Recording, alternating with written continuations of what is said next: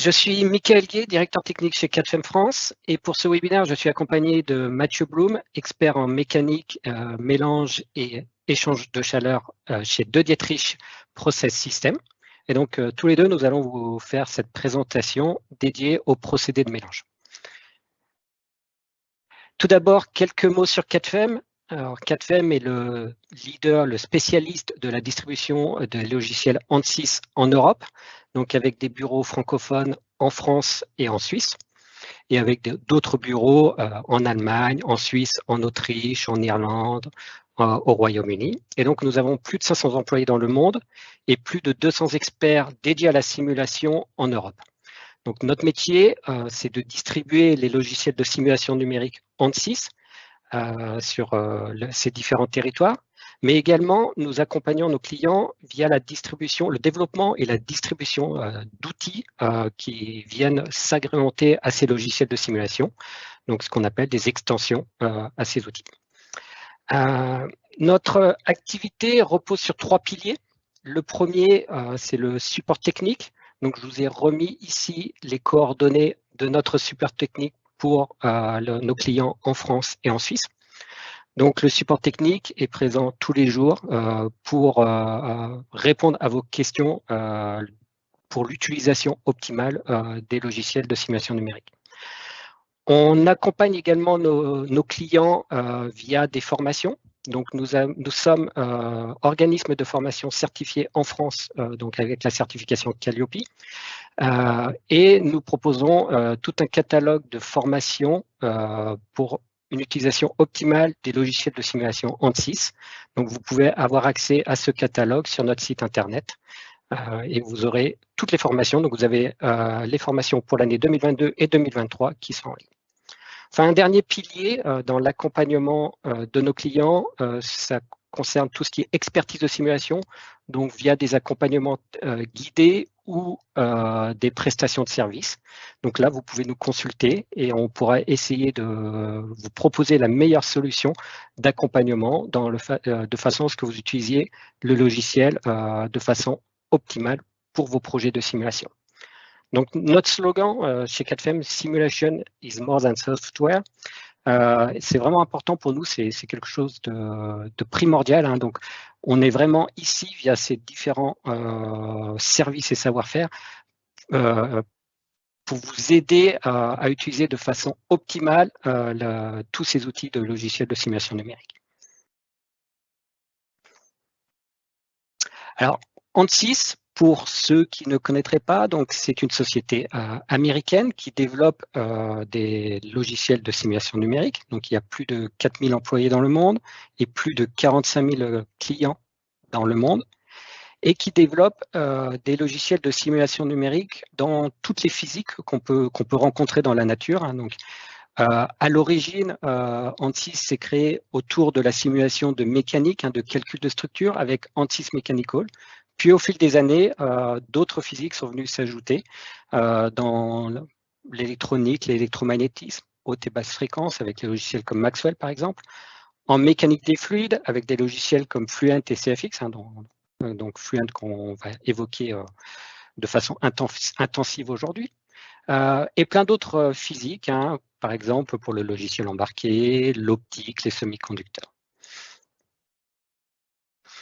Ces logiciels sont utilisés dans toutes les industries, hein, que ce soit dans de l'automobile aux process industriels, hein, que ce soit les process pharmaceutiques, alimentaires, biomédicale, mais également dans l'industrie lourde, dans l'énergie, l'aérospatiale. Donc, vous voyez, les applications sont très, très vastes, hein, et donc, on va retrouver des clients vraiment dans tous ces domaines de compétences. Donc, aujourd'hui, bien sûr, on va s'adresser à un public plus dédié, on va dire, aux procédés industriels, mais les process de mélange peuvent s'appliquer également à d'autres industries. Donc, le programme du webinaire va s'articuler autour de 2-3 points principaux. Donc, le premier, c'est déjà, on va se poser la question, pourquoi simuler les procédés de mélange, hein, bien sûr, avant de se lancer dans une simulation, pourquoi. Ensuite, une fois qu'on a bien identifié ce qu'on souhaite faire, on va vous exposer quelle est la solution logicielle qu'on peut vous mettre à disposition pour vous accompagner, hein, donc en l'occurrence le logiciel Fluent. Je vous décrirai quelques exemples d'applications et des perspectives, hein, pour voir un petit peu plus loin que ce que peut-être vous faites déjà, me voir ce que vous pourriez faire demain ou après-demain. Et ensuite, je passerai la main à Mathieu pour qu'il vous présente des cas concrets, hein, d'application de procédés de mélange, hein, qu'il a rencontrés tout au long de son expérience professionnelle chez De Dietrich. Alors, tout d'abord, les procédés de mélange, où est-ce qu'on les rencontre? Alors, on les rencontre dans plein d'industries, hein, donc que ce soit dans le secteur chimique, pharmaceutique, biomédical, tout ce qui est biens de consommation, procédés alimentaires, et c'est une liste non exhaustive, hein. On peut également voir ces process dans l'agriculture, par exemple. Et quels sont les objectifs, hein, qu'on rencontre, hein, quand on souhaite travailler sur des procédés de mélange? Alors déjà, on a un objectif de conception, hein, donc on souhaite avoir un procédé de mélange qui soit le plus efficace possible et le plus rentable. Alors, qu'est-ce qu'on entend par efficacité? Par exemple, si on veut avoir un mélange le plus homogène possible, donc on va se définir un objectif d'homogénéité. Et quand on parle de rentabilité, ça va être en consommant le moins d'énergie possible. Donc, réduire la consommation d'énergie tout en ayant une homogénéité parfaite. On va voir également d'autres exigences, hein, dans la phase de conception et de mise en production de notre procédé. Par exemple, quand vous allez mettre en place votre procédé de conception de mélange, vous allez souvent le mettre en place à l'échelle laboratoire, puis ensuite il va falloir passer, vous allez l'optimiser à l'échelle laboratoire, mais ensuite il va falloir le passer à l'échelle industrielle, donc à l'échelle de l'usine. Et donc là, vous allez avoir besoin de passer sur une échelle de volume beaucoup plus grande, des cadences de production très élevées. Et donc il va falloir qu'avec cette nouvelle échelle et cette nouvelle cadence, on remplisse nos objectifs initiaux qu'on a obtenus à l'échelle laboratoire. D'autres problèmes qu'on peut rencontrer dans ces procédés de mélange, c'est par exemple, si vous avez votre usine aujourd'hui, elle est dimensionnée pour mélanger un produit A avec un produit B, et puis demain, vous voulez passer d'un produit A à un produit C. Est-ce que je peux utiliser mon même procédé? Si adaptation il doit y avoir, quelle est cette adaptation? Est-ce que je dois changer la forme de mes pales si j'ai un système par agitation mécanique? Est-ce que je dois augmenter la puissance? Voilà, donc une nouvelle problématique. Ensuite, on va avoir d'autres contraintes, hein, dans notre procédé. C'est s'assurer, par exemple, que tous les batchs, hein, qu'on va produire soient équivalents. Donc, on ait la même qualité de produit à la fin. Voilà, donc on peut avoir beaucoup de problématiques dans le procédé de mélange à l'échelle industrielle. Et donc, pour répondre à toutes ces problématiques, une des méthodes, c'est de faire des essais. Et donc, le problème, c'est que des essais, ça coûte cher, ça prend beaucoup de temps. Et puis, quand on passe à l'échelle industrielle, à partir d'une certaine échelle, ça peut devenir très complexe, voire infaisable. Et donc, c'est là où la simulation, on va voir, peut être un très bon outil complémentaire pour ces phases de conception. Donc, quand on parle de mélange, de quoi parle-t-on? Déjà, on parle de mélange de différentes phases. Donc, en règle générale, on mélange 2 phases, mais ça peut être 3, hein, ça peut être plus, hein, bien sûr. Et ces phases, ça peut être un mélange liquide-liquide, hein, donc 2 fluides qu'on va vouloir mélanger, qu'ils soient miscibles ou non miscibles. Mais ça peut être également le mélange d'une phase solide dans une phase liquide, hein, donc la mise en suspension de particules solides dans une cuve, par exemple. Des mélanges liquide-gaz, solide-solide, solide-gaz. C'est déjà très vaste, hein, les différents types de mélanges. Et à chaque type de mélange, on va voir un procédé industriel spécifique, et dans la simulation, on va voir également des problématiques spécifiques à chacun de ces types de mélanges. Ensuite, si on veut réaliser un mélange, donc une fois qu'on a défini le type de mélange, quel moyen d'agitation va-t-on utiliser? Alors là, pareil, hein, des moyens d'agitation, il y a une liste très très importante de moyens d'agitation. Alors là, je vous ai mis que quelques exemples. Donc, on a des mélangeurs statiques, où là, donc c'est la figure en haut à gauche. Donc là, vous allez pousser deux phases dans un système, par exemple sous forme de chicane, et en fonction de la forme géométrique du mélangeur, les deux phases vont venir se mélanger de façon plus ou moins rapide et de façon plus ou moins homogène. Ensuite, on a les cuves agitées, donc la figure à droite. Hein, donc ici, c'est un système avec apport d'énergie. Hein, donc on a un moteur qui va venir mettre en mouvement votre système d'agitation. Et selon la forme des pales, le nombre de pales, hein, donc c'est le nombre d'étages hein, sur les pales, par exemple, la présence ou non de contre-pales dans votre cuve, vous allez avoir un système qui va être plus ou moins efficace pour votre mélange. D'autres systèmes existent, par exemple le système avec des jets, hein, comme on a la figure sur la gauche, où là, on va injecter un fluide dans un autre fluide pour procéder au mélange. Après, on a d'autres mélanges, hein, des systèmes avec des bulles, hein, des systèmes de bullage, des systèmes, des airlifts, des systèmes avec des rampes d'agitation et bien d'autres. Alors, comment on choisit le moyen d'agitation? Ça va être selon des critères qu'on va s'imposer dans notre procédé. Hein. Le critère, ça peut être le degré d'homogénéité, la puissance disponible, hein, quelle énergie vous avez à disposition dans votre usine. Hein. Est-ce que je peux mettre un moteur? Est-ce que j'ai suffisamment de puissance pour mettre un gros moteur? Le type de fluide, on ne va pas mettre le même type de mélangeur hein, selon qu'on ait un fluide qui soit peu visqueux ou très visqueux. La compatibilité avec le procédé, ça c'est quelque chose de très important. Par exemple, dans l'alimentaire, hein, si on ne veut pas casser une phase par rapport à une autre, hein, parce que ça va engendrer des problèmes sur la qualité du produit à la fin. Bien sûr, après, on a les contraintes d'encombrement dans notre usine et bien sûr de coût.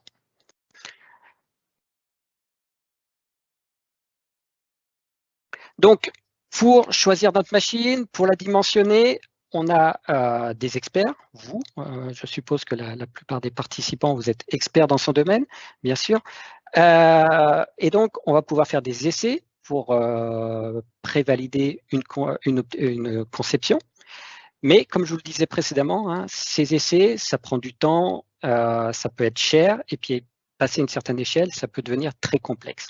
Et donc, c'est là où la simulation numérique fluide, hein, ou Computational Fluid Dynamics, CFD hein, en acronyme, va présenter tout son intérêt, parce qu'avec cet outil, vous allez pouvoir prédire la structure de l'écoulement de votre fluide, hein, prédire des transferts de masse, des transferts de chaleur, et ainsi visualiser sous forme numérique, hein, sous forme de graphique, de champ de vitesse, la vitesse, la pression, la température, la dispersion d'une phase par rapport à une autre, la portance, les forces sur vos pales, par exemple, la répartition des espèces, le niveau de turbulence, enfin toutes les quantités physiques propres à votre fluide dans votre système. Donc, la CFD, ça va être un complément aux expériences. Donc ça, j'insiste beaucoup là-dessus. Hein. La simulation numérique fluide n'a pas pour volonté de remplacer complètement les essais. On aura toujours besoin des essais pour calibrer notre modèle, pour le valider. Mais ça viendra en complément dans le but de réduire le nombre d'essais. Et surtout, avec la simulation, comme je disais, vous n'avez plus de contraintes sur la taille de votre modèle. Donc, vous allez pouvoir simuler aussi bien votre procédé à l'échelle laboratoire qu'à l'échelle industrielle, donc une grosse cuve par exemple. Voilà, donc ça va être un outil numérique hein, qui va permettre de valider votre conception et tout en réduisant les coûts et le temps de mise en production. Donc chez Ansys, le logiciel qui va vous être très utile hein, pour valider vos moyens de procéder de mélange, ça va être le logiciel Fluent. Donc Fluent, c'est le logiciel, on va dire, phare chez Ansys de mécanique des fluides, qui est un outil généraliste qui permet de visualiser votre écoulement, hein, comme vous l'avez sur les figures de droite, mais également qui va vous permettre de visualiser la qualité de mélange, hein, la répartition des phases dans votre cuve, les temps de résidence, hein, est-ce qu'on a des temps d'accumulation trop importants, par exemple, de particules dans certaines zones, les taux de cisaillement, de réaliser les facteurs d'échelle, hein, de passer de l'échelle laboratoire à l'échelle 1. Et puis, avec cet outil, vous allez pouvoir étudier différentes configurations géométriques et ainsi optimiser votre procédé. Donc, comme je disais précédemment, hein, donc Fluent, c'est un outil généraliste. Vous avez beaucoup de fonctionnalités intérieures. Dans ce domaine spécifique des mélangeurs, par exemple, les fonctionnalités les plus importantes qui vont être utiles dans Fluent, ça va être la notion de maillage mobile. Hein. Donc, vous allez pouvoir simuler votre agitateur qui est en mouvement, et donc vous avez des technologies à l'intérieur du logiciel qui permettent de très bien traiter ces problématiques. Une autre notion physique qui est très importante dans les procédés de mélange, c'est la turbulence. Et donc, dans Fluent, vous avez de nombreux modèles de modélisation de la turbulence. Et donc, vous pourrez choisir le modèle le plus adéquat pour vos simulations, hein, parce qu'on va essayer de maximiser la turbulence pour avoir le meilleur mélange possible. Donc, il faut vraiment qu'on sache résoudre de façon précise la turbulence. Une autre fonctionnalité qui est très utile, c'est la simulation des écoulements à surface libre. Hein. Donc, si vous avez un mélange dans une cuve agitée, vous avez en surface libre, vous avez un vortex qui va se former. Et donc là, il va falloir prédire de façon précise la formation de ce vortex. Et donc ça, vous pourrez le faire avec la méthode VOF, par exemple, qui est présente dans le logiciel. Une notion très importante dans la simulation, c'est la rhéologie des fluides, hein, donc les propriétés physiques du fluide que vous allez considérer. Donc, est-ce que votre fluide est newtonien, non newtonien? Est-ce qu'il est dépendant de la température ou pas? Et donc, dans Fluent, vous pouvez traiter tout type de fluide pour vos simulations. Et puis, vous pourrez également prendre en compte la thermique ou pas, selon les hypothèses que vous souhaitez considérer. Mais n'oubliez pas que quand vous avez un système mécanique en mouvement, celui-ci dissipe de la chaleur et ça va faire chauffer votre fluide et ça peut être un critère important dans votre procédé. Vous avez peut-être un critère sur la température et peut-être qu'il faut vraiment être vigilant là-dessus. Et donc ça, vous pourrez en tenir compte dans votre simulation avec un logiciel comme Fluent. Alors, les exemples d'applications, il y en a plein. Mathieu va vous en présenter plusieurs de façon très précise dans quelques minutes.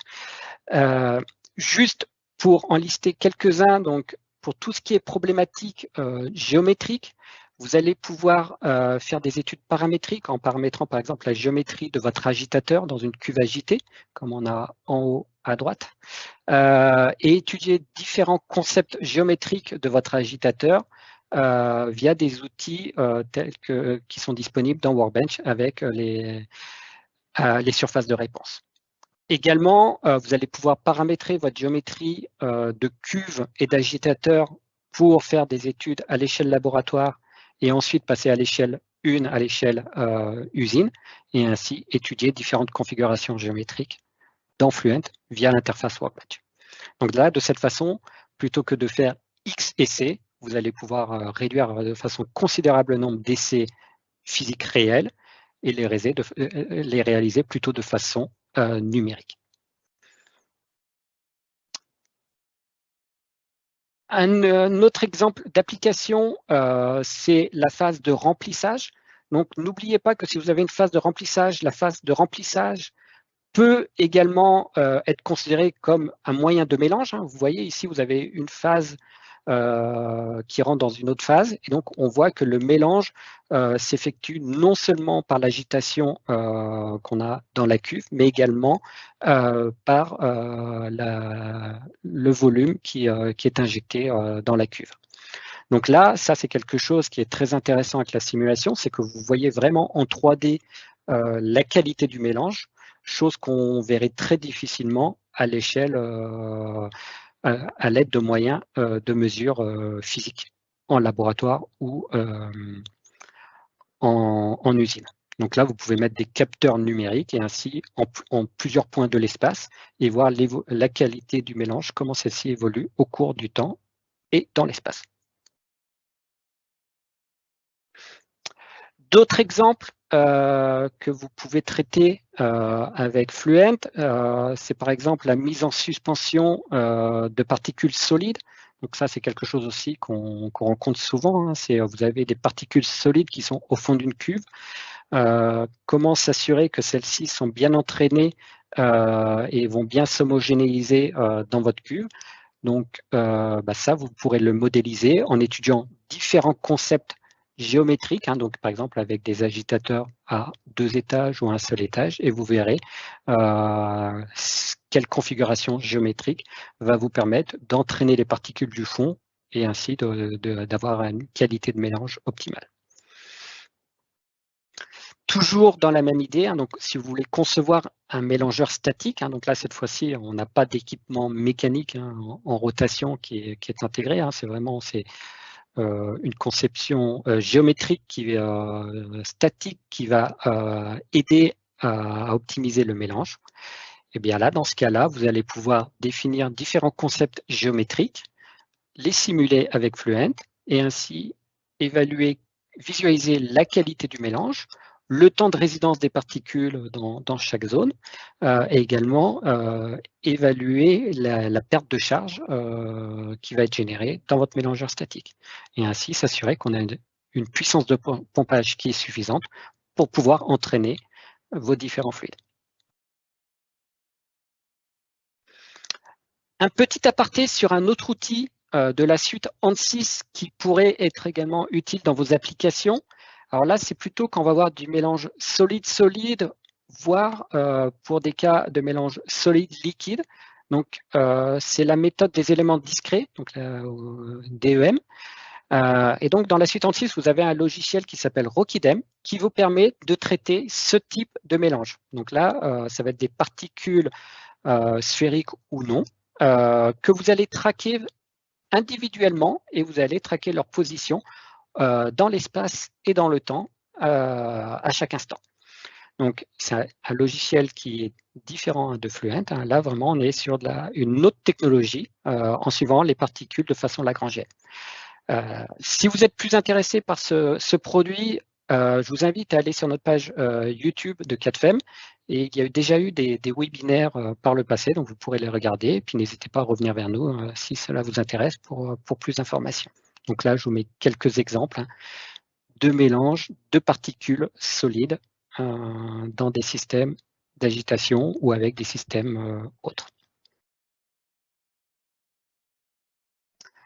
Pour terminer, je voudrais vous présenter rapidement 2 autres outils qui pourraient être utiles. Donc tout à l'heure, je vous ai parlé d'études paramétriques hein, pour faire des études géométriques sur différents concepts, donc avec les méthodes de surface de réponse. Donc, il existe un autre outil qui est beaucoup plus performant, qui s'appelle Optislang, qui vous permet de faire ces études d'optimisation géométrique avec des algorithmes plus performants et donc de façon plus rapide. Et enfin, un dernier outil qui me semble très intéressant d'évoquer aujourd'hui, c'est TwinBuilder pour le développement de jumeaux numériques. Donc aujourd'hui, on parle de simulation numérique. Donc, on va obtenir beaucoup de données numériques hein, donc, en étudiant différents concepts de mélangeurs, mais également en étudiant différents points de fonctionnement de votre mélangeur. Et ensuite, quand vous allez passer à l'échelle industrielle, vous allez peut-être aussi avoir beaucoup de données expérimentales, parce que votre usine, vous allez mettre des capteurs hein, pour valider que chaque batch est bien homogène. Vous allez avoir des capteurs de température, de débit, de pression. Voilà. Et donc, à la fin, vous allez avoir beaucoup de data. Et c'est un petit peu dommage de ne pas les utiliser parce qu'elles peuvent être très utiles. Et en particulier pour faire de la maintenance prédictive. Donc, en fait, avec toutes les données numériques et expérimentales que vous allez avoir à disposition, vous allez pouvoir développer des jumeaux numériques qui vont vous aider à identifier comment fonctionne votre équipement à un instant T et prédire comment il va fonctionner dans un délai de temps. Et donc comme ça, vous allez pouvoir voir en anticiper comment votre équipement fonctionne et quand est-ce que celui-ci va peut-être commencer à être moins performant et il va peut-être falloir arrêter l'usine justement pour faire une modification. Et donc, plutôt que de se retrouver avec des arrêts imposés, parce que l'équipement s'arrête de par lui-même, là, vous allez pouvoir anticiper ces maintenances grâce à toutes ces données et le jumeau numérique que vous aurez développé, et ainsi faire de la maintenance prédictive. Donc là, vous ne serez plus en arrêt forcé de votre usine, mais vous allez pouvoir dire, OK, je sais que dans X semaines, X mois, il va falloir que j'arrête, et donc vous allez pouvoir anticiper cette maintenance. Donc Twin Builder, retenez ce nom, vous pouvez le coupler avec toutes les physiques des logiciels ANSYS, donc en mécanique des fluides avec Fluent, avec Mechanical et d'autres physiques qui sont disponibles. Et si vous voulez en savoir plus sur cet outil, n'hésitez pas à revenir vers nous. Chez CADFEM, on a des personnes qui sont experts dans ce domaine et qui se feront un plaisir de vous accompagner. Donc, j'en ai terminé pour ma première partie de présentation. Maintenant, je vais laisser la parole à Mathieu, de Dietrich, qui va vous présenter des cas d'application qu'il a réalisés chez lui. Donc, Mathieu, je te laisse la parole. Bonjour, donc Mathieu Blum, je suis ingénieur expert en dimensionnement, mécanique, agitation et échange thermique au sein de la société de Dietrich. Et donc, je vais vous présenter quelques exemples de simulations qu'on a réalisées avec Fluent dans le cadre d'études process et de mélange. Donc, avant de commencer, je vais vous faire vite une petite présentation de la société de Dietrich et vous parler un petit peu des grands concepts de l'agitation, mais vraiment très rapidement. Et ensuite, vous présenter quelques cas d'application. Donc, la société de Dietrich, donc elle est composée globalement de 3 grandes entités. Une entité spécialisée dans la production d'équipements en acier vitrifié, principalement des réacteurs, donc qui sont recouverts d'une couche d'émail à l'intérieur. Donc c'est le site sur lequel je travaille, donc à Tinswiller en Alsace du Nord. On va en reparler après. Donc, il y a une entité qui est basée à Mayence qui produit des équipements en verre, donc principalement de la tuyauterie, des petits éléments de colonne. Et une unité basée en Bourgogne et en Suisse qui fabrique des filtres sécheurs dans des matériaux tels que inox, Astella et autres. Et donc, en fin de compte, ces trois entités, ces 3 produits sont complémentaires et nous permettent au final de proposer à nos clients des solutions d'installation procédée, des installations clés en main. Donc, on a encore des équipes d'ingénierie qui sont capables d'accompagner nos clients pour la mise en place de ces installations. Donc alors là, très rapidement, quelques chiffres. Donc la société Dietrich, c'est à peu près 1100 employés, c'est à peu près 300 ans d'âge, une installation, un réseau au niveau mondial avec différents sites de production, sites d'assemblage et des représentations commerciales. Alors, sur le site de Tinswiller, donc nous fabriquons des appareils en acier vitrifié, donc ce sont des équipements qui sont produits en acier sur lesquels à l'intérieur on va venir mettre une couche d'émail. Et cette couche d'émail a une grande résistance par rapport aux produits très agressifs tels que des acides et des bases. Donc vous allez retrouver nos appareils principalement dans les industries justement mettant en œuvre ces acides, ces bases. Donc, mais aussi dans tout ce qui est la pharmacie, là où on a des problèmes de nettoyabilité et de propreté. Voilà, donc on propose donc les cuves, mais on propose du coup l'agitateur qui lui doit être aussi émaillé. Donc on a la partie appareil pression, mais on a aussi une compétence agitation qu'on a développée de façon à pouvoir dimensionner les agitateurs, mais aussi pouvoir aider, conseiller nos clients sur le choix de l'agitation en fonction de leur procédé. Sur l'agitation, quelques mots rapides.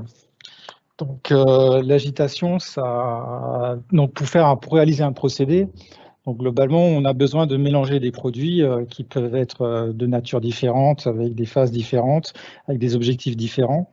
On a besoin de les mettre en contact pour provoquer une réaction chimique ou faire un transfert de masse, ou voire on a aussi des fois besoin de faire de l'échange de chaleur, donc chauffer, refroidir, maintenir un produit pour éviter un emballement de réaction. Et pour cela, il va falloir qu'on mette le fluide en mouvement. Et donc, c'est là où l'agitation va intervenir. L'agitation va nous favoriser le mélange de notre fluide. Et forcément, qui dit améliorer l'efficacité des procédés, ça va jouer sur le temps de production. Et ça peut aussi jouer sur la qualité du produit. Si, par exemple, en fonction de la chimie, on peut avoir des réactions secondaires qui sont indésirables. Donc, l'agitateur aura son impact. Alors là, je vous ai mis rapidement une gamme d'agitateurs qui vient de chez nous avec toute une sorte de pales. Le but, c'est pas de vous les décrire, mais c'est juste pour vous montrer qu'il en existe toute une collection qui ont des formes différentes, donc qui sont adaptées à des procédés différents. Donc on ne va pas utiliser le même type de pales si on fait du gaz liquide que si on fait de la cristallisation. Et l'autre paramètre qui va être aussi important, ça va être les caractéristiques des produits. Si on a un fluide qui est visqueux ou un fluide qui ne l'est pas, les types de pales utilisés ne seront pas les mêmes. Il y a aussi un autre élément qui est important, en plus du choix du type de pale, c'est la contre-agitation. Donc, Michael en a parlé juste un petit peu avant. Alors ça, c'est quelque chose qui est un petit peu moins connu. C'est pour ça que j'en parle un petit peu plus. C'est si vous prenez là sur cette slide à gauche, vous avez un réacteur dans lequel on n'a pas mis de contre-agitation et on fait tourner l'agitateur. Et donc, qu'est-ce qui va se passer? C'est que votre fluide, il va se mettre à tourner en rond. Il va avoir un mouvement tangentiel. On appelle ça aussi le mouvement solide. Donc, si vous suivez la trajectoire de deux particules, donc là vous avez deux couleurs pour différencier les deux particules, vous verrez que finalement ces deux particules, elles ont un mouvement leur mouvement est parallèle. Donc vos deux particules ne se rencontrent jamais.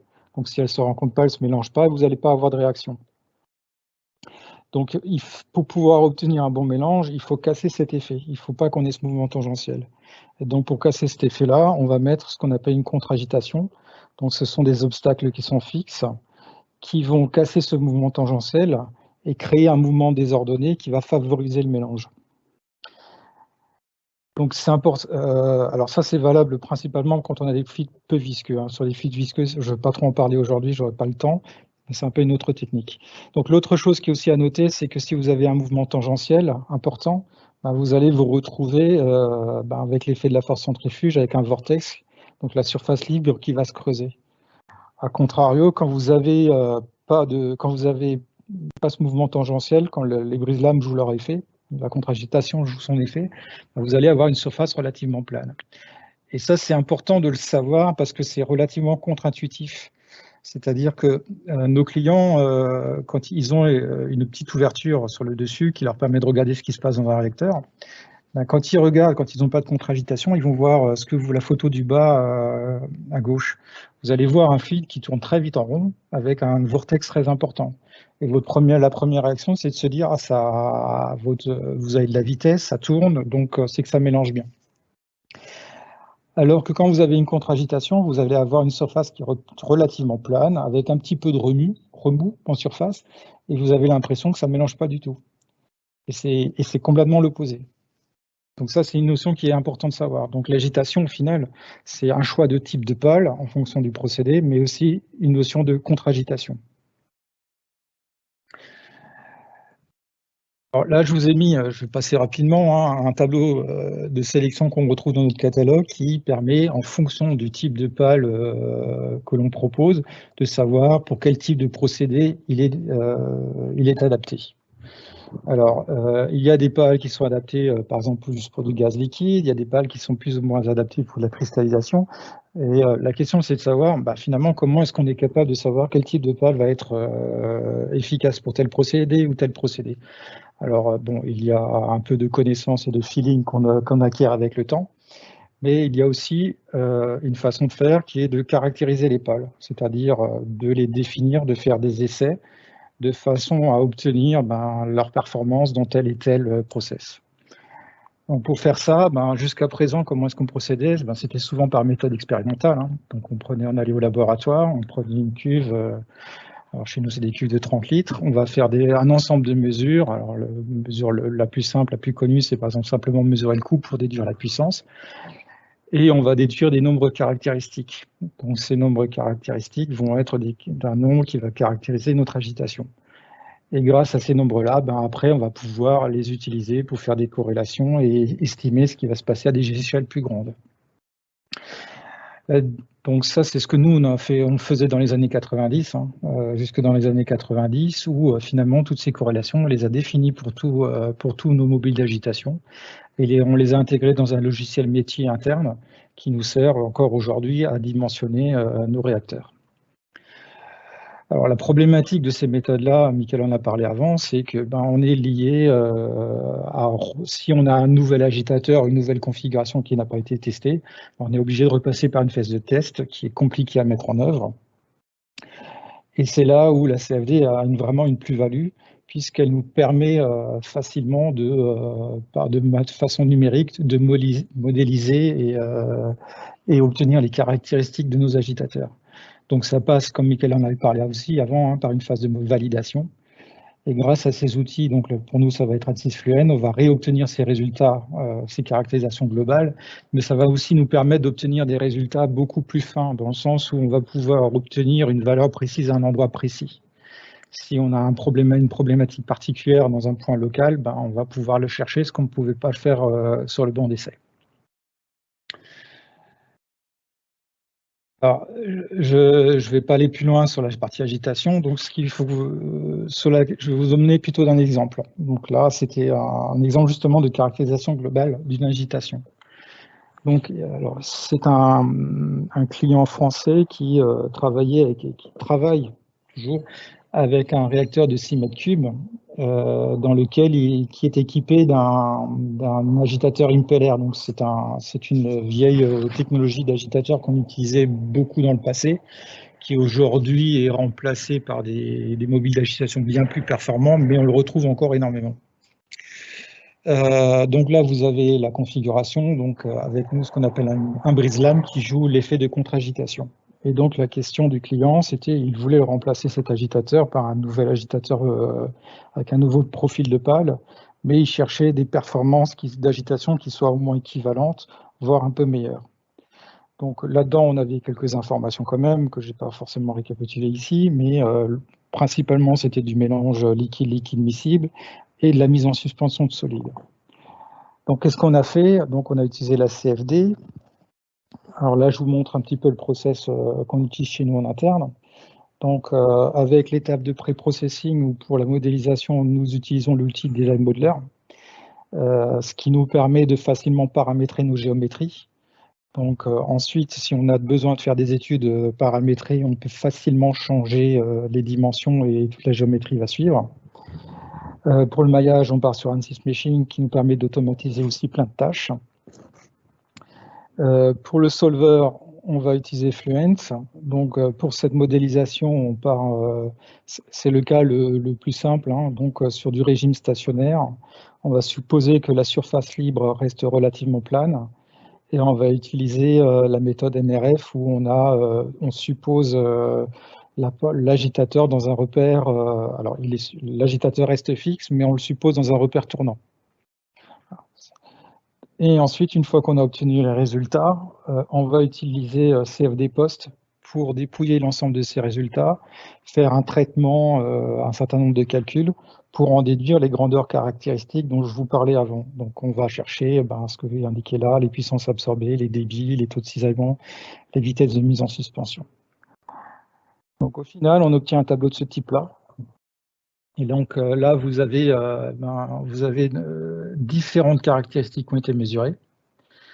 Donc avec la configuration d'origine, donc l'impeller, et ensuite différentes configurations de pales qui ont été testées avec pour objectif donc de se rapprocher de cet impeller. Donc là, les valeurs que vous voyez qui ont été notées en gras sont les valeurs qu'on a considérées comme étant les plus importantes et qu'on a cherché à obtenir, voire à améliorer avec les nouvelles configurations. Et donc au final, on est arrivé à la conclusion que la pale la plus adaptée, ça sera la pale plate orientée à 60 degrés de diamètre 1050. Donc vous pouvez voir à chaque fois en dessous, donc à chaque fois les courbes avec les lignes de courant, le vortex et puis la répartition des solides dans la cuve. Donc ça, c'était une approche comparative avec un existant et on essaie de s'en rapprocher. Ce type d'approche rejoint ce que Mickaël vous a présenté avant. Alors c'est où on peut faire passer de l'échelle laboratoire à l'échelle industrielle. Donc moi j'ai eu un cas il y a quelques temps, mais que je ne peux pas présenter pour des raisons de confidentialité, où on a commencé à simuler, le client a fait des essais en laboratoire dans des petites cuves avec différentes mobiles d'agitation, avec des résultats qui étaient bons, pas satisfaisants. Et donc, en parallèle, on a fait des simulations numériques, obtenu un petit peu ces grandeurs-là. Bon, il y en avait un peu d'autres puisque c'est un process particulier. Et en les comparant, on était capable de déduire, voilà, ça c'est tel paramètre qui est important, celui-ci est important. Il faudrait qu'il soit dans tel ordre de grandeur. Et ça nous a permis ensuite de passer de l'appareil de 1 litre à une cuve de 100 litres. Et ensuite de passer du 100 litres à passer à l'appareil de 1 mètre cube. Un autre exemple sur un calcul de temps de séjour. Donc, c'est le cas d'un appareil qui travaille en process continu. Donc, c'est-à-dire c'est un appareil qui fonctionne sans arrêt, donc il est tout le temps plein, et on rentre une certaine quantité de produit par le haut, et on soutient la même quantité par le bas. Donc, le client avait un appareil déjà existant, donc, mais qui ne donnait pas satisfaction. C'est-à-dire que c'est un réacteur tampon, c'est-à-dire que juste avant, il y a une réaction qui a été réalisée dans un réacteur, et le produit qui rentre ici, le but, c'est qu'il séjourne un certain temps dans ce réacteur-là, le temps que la réaction soit terminée, pour ensuite passer par la sortie et continuer la suite du process. La problématique, c'est que on avait ce qu'on appelle un phénomène de court-circuit, et que le temps de séjour, donc le temps de maintien du produit dans le réacteur, était trop court. Donc, il nous a consulté pour essayer de définir une solution. Donc, le temps de séjour théorique, on était alors le 10 mètres cubes est bien dimensionné puisqu'il a été de 430 parce que l'objectif était à 300. Donc, ça veut dire si vous prenez le volume divisé par le débit, vous trouvez ce temps théorique de 430. Si tout était parfait, on devrait atteindre cette valeur-là, parce qu'on n'y arrivera jamais parfaitement. Donc, pour vous montrer le phénomène de court-circuit, là, j'ai malheureusement pas le réacteur précédent qu'on nous n'avons pas livré, donc je pouvais pas le modéliser. Mais j'ai pris simplement notre réacteur, j'ai arrêté l'agitation et j'ai fait une simulation pour vous montrer un petit peu ce qui se passe. Donc, vous avez votre produit qui rentre, c'est pas très compliqué, il rentre, il descend, et il part directement à la sortie. Vous voyez que finalement, votre temps de séjour, il va être très faible et que tout le reste de produit qui est ici, il ne sera pas brassé et puis il ne bougera pas, il restera dans la cuve.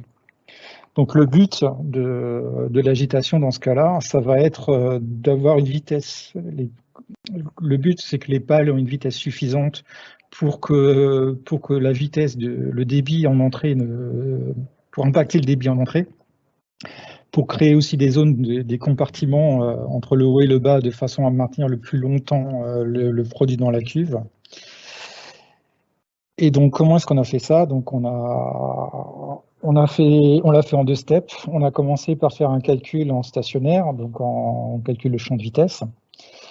Et une fois qu'on a fait ça, on va garder ce champ de vitesse fixe et on va insérer un traceur en entrée en point haut. Et on va mesurer le traceur qui arrive à la sortie en fonction du temps. Donc, c'est un calcul en régime transitoire. Et donc, quand la différence entre l'entrée et la sortie va nous donner ce temps de séjour. Donc là, la première étape, le calcul des champs de vitesse. Donc, ça, c'était la même méthodologie que ce que vous aviez vu auparavant. Donc, on a le champ de vitesse du fluide. Là, je vous ai mis à droite l'évolution d'une seule particule de fluide qui est introduite dans le réacteur. Et vous voyez qu'elle a un mouvement relativement complexe, relativement désordonné, et prend quand même pas mal de temps avant d'arriver jusqu'à la sortie. Une fois qu'on a obtenu ce résultat-là, on va introduire le traceur dans le point en haut et on va mesurer sa concentration à la sortie en fonction du temps. Et on obtient ce type de courbe-là. Donc après, il y a un petit peu de traitement, de calcul de Dirac et puis de calcul de répartition, mais on arrive au final à un temps de séjour de 328 secondes avec un objectif qui était fixé à 300. Donc on répond aux besoins du client.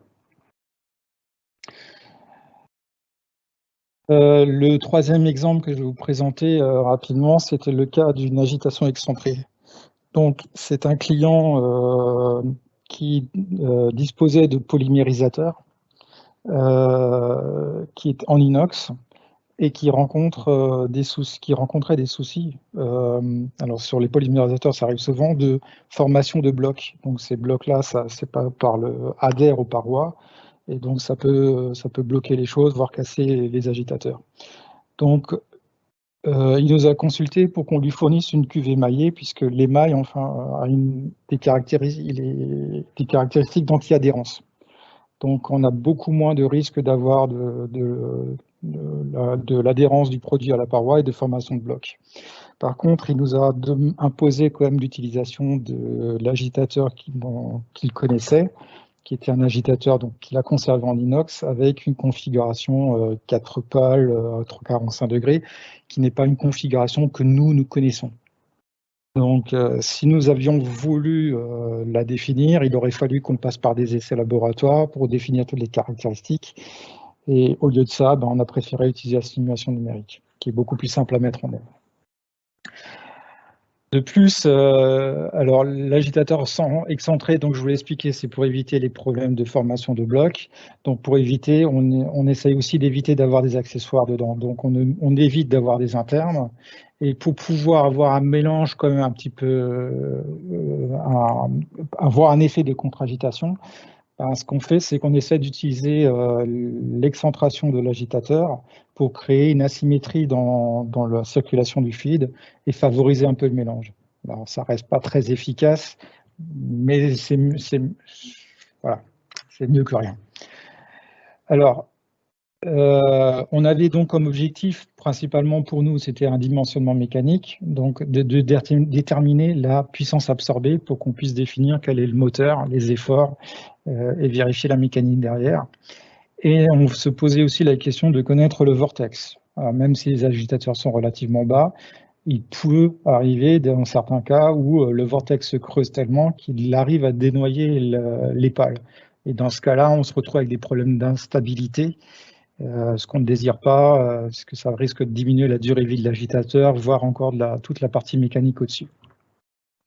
Alors, comment est-ce qu'on a traité ça? Donc, toujours un peu la même méthodologie, en régime stationnaire, toujours avec un repère tournant. Mais par contre, on a rajouté la couche multiphasique, où on a utilisé la méthode du volume of fluid, de façon à pouvoir simuler la surface libre, de façon beaucoup plus correcte et beaucoup plus juste. Donc là, voilà le type de résultat qu'on a obtenu. Donc, vous voyez dans un plan le champ de vitesse et la surface libre. Donc, c'est l'interface entre la phase gazeuse et la phase et le produit. Je vous ai mis aussi à droite le champ de vitesse, les trajectoires des particules, pour vous montrer qu'on reste quand même sur un système où les particules tournent principalement en rond. Et donc, en qualité de mélange, c'est pas franchement ce qu'il y a de plus efficace. Et bien sûr, après le post-traitement, on a pu calculer le couple résistant et déterminer la puissance absorbée. Donc, on est sur un 17 kW, donc on va prendre un moteur, ça sera probablement du 22.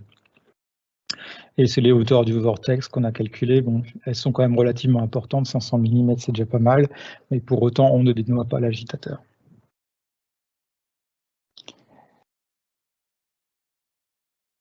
Alors, là, je vous présentais une vidéo. Alors ça, c'est ce n'est plus un exemple client, c'est plus un exemple marketing.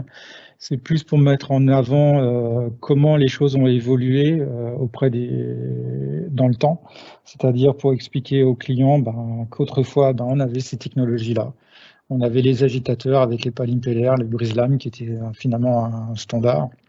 Et qu'aujourd'hui, on a bien évolué avec des profils de pales beaucoup plus complexes, beaucoup plus performantes et des systèmes de contre-agitation aussi beaucoup plus performants. Et donc sur cette simulation-là, vous allez voir, vous avez un traceur qui est injecté ici, à peu près aux mêmes positions, et on regarde comment ce traceur évolue, comment il se répartit dans la cuve en fonction du temps. Donc je vous passe une fois la vidéo, voilà, c'est assez parlant.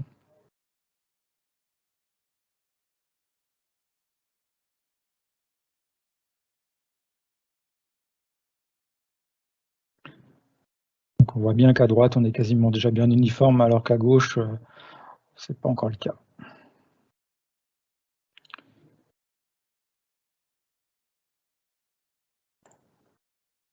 Alors là, c'est ce type de calcul-là, il met en œuvre des phénomènes transitoires, donc on calcule en fonction du temps. On fait tourner l'agitateur, comme Mickaël vous en a parlé avant. On fait du multiphasique, puisqu'on cherche à reproduire l'interface entre le liquide et le solide. Et on fait aussi un transport de scalaire pour pouvoir simuler et estimer la notion de mélange dans la cuve. Voilà. Alors, le dernier exemple, ça sera relativement rapide, c'est sur la mise en suspension. Donc, c'est pareil, c'est un exemple réalisé pour un client qui, dans sa cuve, avait introduisait une très grosse quantité de solide et dont on avait besoin de connaître la répartition et est-ce qu'on avait une mise en suspension, une bonne mise en suspension ou non. Donc là, je ne suis pas allé forcément trop dans les détails, mais globalement, on est toujours sur un fonctionnement régime stationnaire. Est-ce qu'aussi on passe en multiphasique eulérien? C'est-à-dire, on modélise la phase solide, pas sous forme de particules, mais on la considère comme une phase continue avec la phase liquide. Et donc, on l'a simulé pour différentes vitesses, ce qui nous permet de connaître la fraction de solide, la répartition spatiale de la fraction des solides.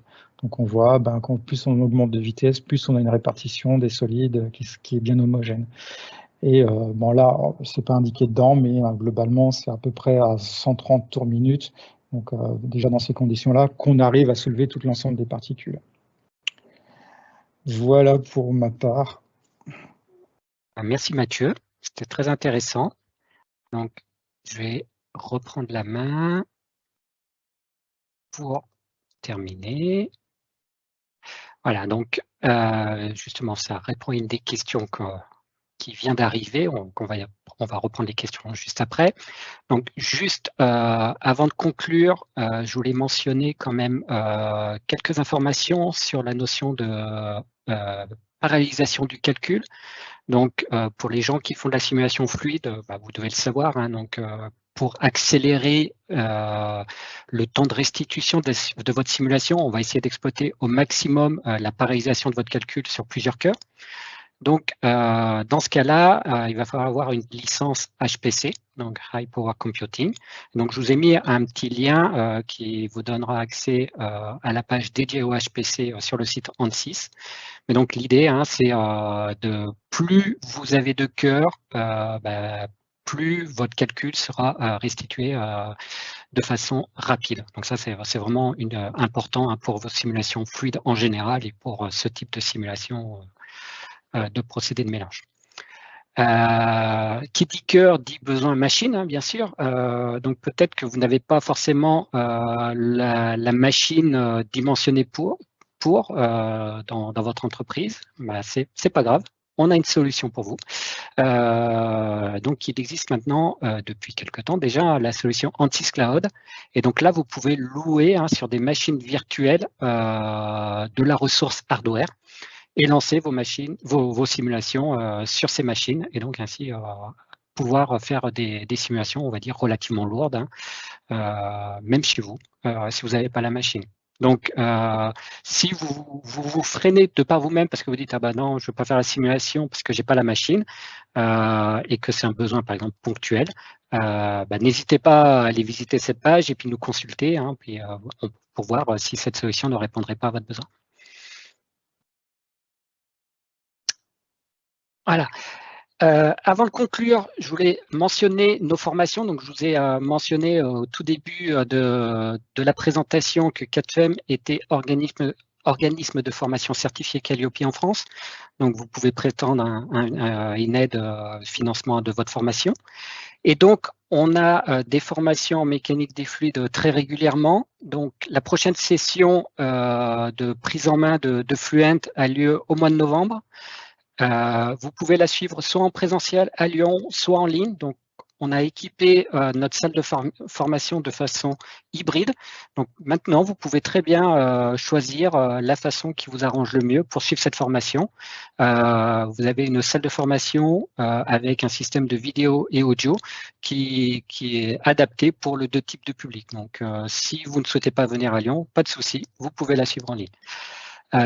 Une autre formation que je vous recommande, qui est proposée par mes collègues en Allemagne, mais qui la propose en anglais, c'est la simulation de procédés industriels de mélange. Donc, c'est une formation de 1 jour qui a lieu régulièrement et qui va rebalayer tous les exemples d'application que vous avez vus aujourd'hui. Donc, si vous êtes déjà un petit peu dans la simulation de mélange et que vous voulez aller un petit peu plus loin, je ne saurais que vous recommander de suivre cette formation qui est de très, très bon niveau. Et nous avons de nombreuses autres formations. Hein, donc, vous avez le lien pour accéder à notre page. On a également une formation multiphase hein, donc, dans le mois prochain. Donc, n'hésitez pas à nous consulter si vous avez un besoin de formation. Et on peut également faire des formations spécifiques, hein, venir chez vous et faire une formation adaptée à votre besoin. Donc, n'hésitez pas à nous consulter. Donc, pour conclure, voilà, on a vu un outil Fluent, en l'occurrence, qui est un logiciel éprouvé, hein, qui a été validé sur de nombreux cas d'application. Et on a vu ici, hein, donc avec les exemples de Mathieu, que ça a été également validé hein, sur des cas concrets d'application de procédés de mélange, qui vous permet d'avoir de nombreuses informations que vous ne pourriez pas voir via des essais ou qui seraient très difficiles à voir. Hein. Un point qu'on n'a pas mentionné, hein, c'est quand on fait des essais, souvent on a des moyens de mesure qui sont intrusifs. Donc dans le fluide, et donc le fait de mettre quelque chose dans le fluide va dénaturer l'écoulement, et donc là on va avoir des mesures qui peuvent être fausses ou altérées par ce moyen de mesure. Donc là, vu qu'on a des capteurs numériques cette fois-ci, on verra réellement ce qui se passe dans la vraie vie. C'est un outil qui va être très utile hein, pour tout ce qui est mise à l'échelle, optimisation de votre procédé de mélange, étude de différents cas de fonctionnement, hein, le fonctionnement nominal, des fonctionnements dégradés. Et donc, comme je disais au tout début, hein, gardez bien à l'esprit, hein, c'est un outil qui va vous aider dans la phase de conception, dans le but de réduire le nombre d'essais que vous auriez dû faire pour avoir le procédé optimal. Hein. Donc, vous allez pouvoir ainsi réduire vos coûts, le temps de mise en œuvre des essais, donc le temps de mise à disposition de la machine sur le marché. Et puis, vous aurez une meilleure compréhension du phénomène physique, hein, comme l'a très bien illustré Mathieu dans sa présentation. Donc voilà, on en a terminé pour la présentation. Donc maintenant, on va passer à la session de questions-réponses. On va prendre quelques minutes. Hein, je vois qu'on arrive au bout du délai. Donc il y a déjà pas mal de questions. Donc si vous avez des questions, n'hésitez pas à les poser dans le Q&A de la session. Je vais en prendre quelques-unes.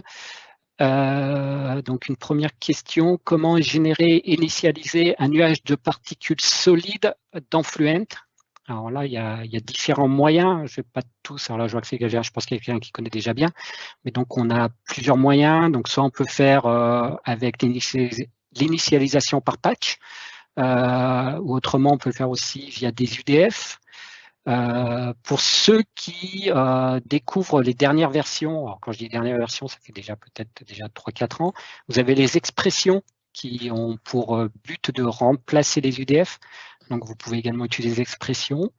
Voilà, enfin, il y a d'autres moyens. Après, on peut aussi simuler vraiment la phase de remplissage de particules dans votre procédé, hein, si c'est quelque chose d'important. Voilà. Une question pour toi, mais je crois que tu y as répondu dans ta présentation, Mathieu, c'est est-ce que tu utilises la méthode MRF ou Sliding Mesh? Alors, tu as évoqué le MRF. Est-ce que... Alors, le plus souvent, on va quand même partir pour commencer sur une méthode MRF, parce qu'elle est beaucoup plus simple à mettre en œuvre et aussi beaucoup moins coûteuse en temps de calcul. Et si maintenant on avait un problème qui le nécessite, où il y a un couplage fort d'interaction fort, par exemple entre les brise-lames, les pales, oui, et là à ce moment-là, on devrait passer sur une méthode sliding mesh. Oui. Mais le plus souvent, ce qu'on fait, c'est on travaille plutôt en méthode MRF. D'accord. Une autre question, est-ce que tu modélises les réactions chimiques? Alors, à notre niveau, aujourd'hui, je n'ai jamais été confronté à la modélisation des réactions chimiques. J'ai déjà eu une fois la question. Donc, c'est quelque chose qu'on peut réaliser dans Fluent. La difficulté, c'est qu'il faut quand même connaître la réaction et notamment les vitesses de réaction. Il y a plein d'informations dont il faut disposer et nous, à notre niveau, les clients ont rarement ces informations à nous communiquer. D'accord. Est-ce que tu as constaté qu'un modèle de turbulence était plus adapté qu'un autre pour les types d'agitation que tu as modélisés? Je ne sais pas quel modèle de turbulence tu utilises. Alors, nous, on a fait quelques essais avec différents modèles et on est resté finalement sur le modèle K Omega STT qui nous donne des bons résultats. Oui, c'est le modèle de turbulence Exactement. qui va présenter le meilleur compromis pour beaucoup d'applications. Donc, quand je parle de compromis, entre précision du résultat et temps de restitution. Voilà. Exactement. Alors, une question plus pointue, est-ce que tu utilises du deep learning pour optimiser les mélangeurs? Alors, aujourd'hui, non. On ne cherche pas forcément à faire de l'optimisation des mélangeurs. Alors qu'est-ce que ça dépend ce qu'on met derrière le mot optimiser. Si on parle d'optimiser les formes de pales aujourd'hui, c'est pas quelque chose que l'on fait pour la simple et bonne raison, c'est que nous, on a pas mal de contraintes de par l'émaillage qui font qu'on va pas chercher à chercher des formes tout le temps différentes. Et puis même pour le client, si demain il y a besoin de remplacer une pale, on préfère avoir des standards que des pales sur mesure. Après, sur d'autres questions, de savoir qu'est-ce qu'on met comme accessoire dedans, ce genre de choses-là, je ne me suis pas encore posé la question. Je ne suis pas encore allé aussi loin. Pour bientôt. Quels sont les facteurs d'échelle que vous considérez dans vos simulations? Vous passez de l'échelle 1 à 5, 1 à 10, 1 à 50, je ne sais pas. Alors ça, c'est pas nous qui définissons le Skylab, ça va être plutôt du côté client. Donc nous, on est plutôt support. C'est-à-dire que le client a une problématique et on va être là pour l'accompagner. Donc ça va dépendre en fin de compte des moyens dont dispose le client.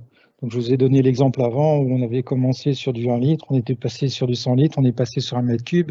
Et là, vous voyez, il y a un facteur à peu près d'un facteur 100 à chaque fois, quoi. D'accord. Mais le plus souvent, c'est plutôt un facteur 10. D'accord.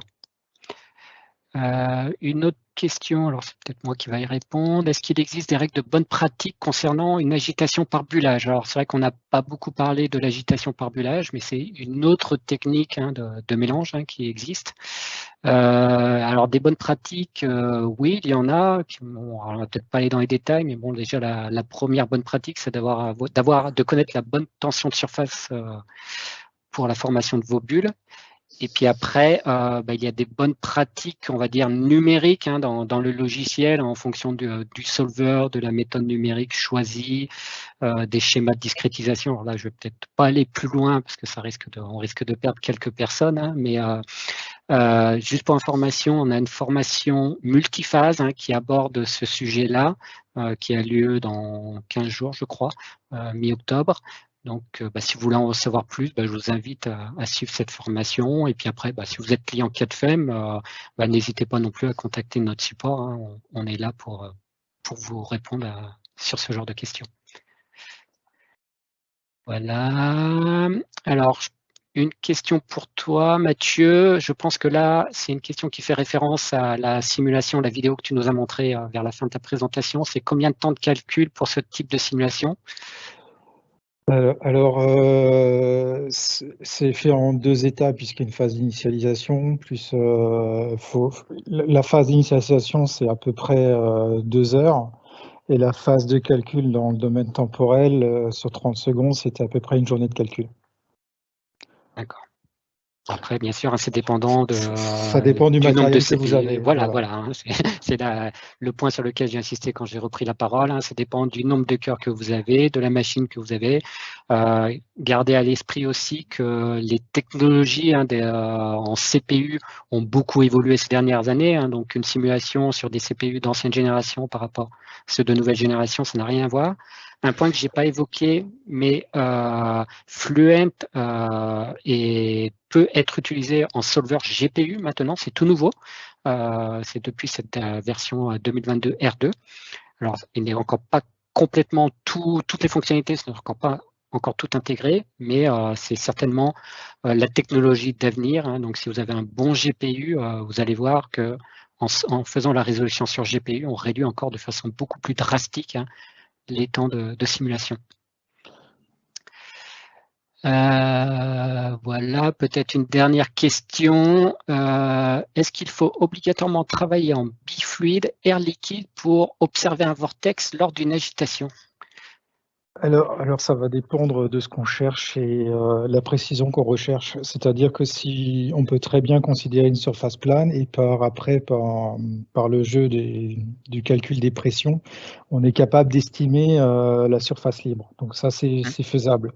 Si on veut effectivement avoir un résultat précis, bon là, il faudra passer effectivement par la solution biphasique. Voilà.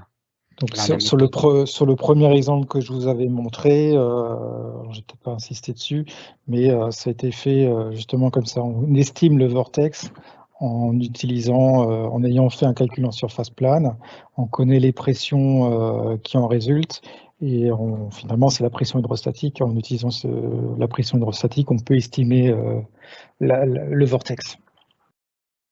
Alors, juste pour répondre à une question qui est un petit peu plus importante, non pas plus important, un peu plus haut, les queues de vos clients ne disposant pas de contre-pales, utiliser une surface libre est-elle vraiment pertinente? C'est justement dans ces cas-là où ça l'est vraiment, puisque s'il n'y a pas de contre-agitation, vous avez le mouvement tangentiel et vous creusez votre vortex avec les risques que ça dénoie l'agitateur. Et donc, dans ces cas-là, oui, c'est important.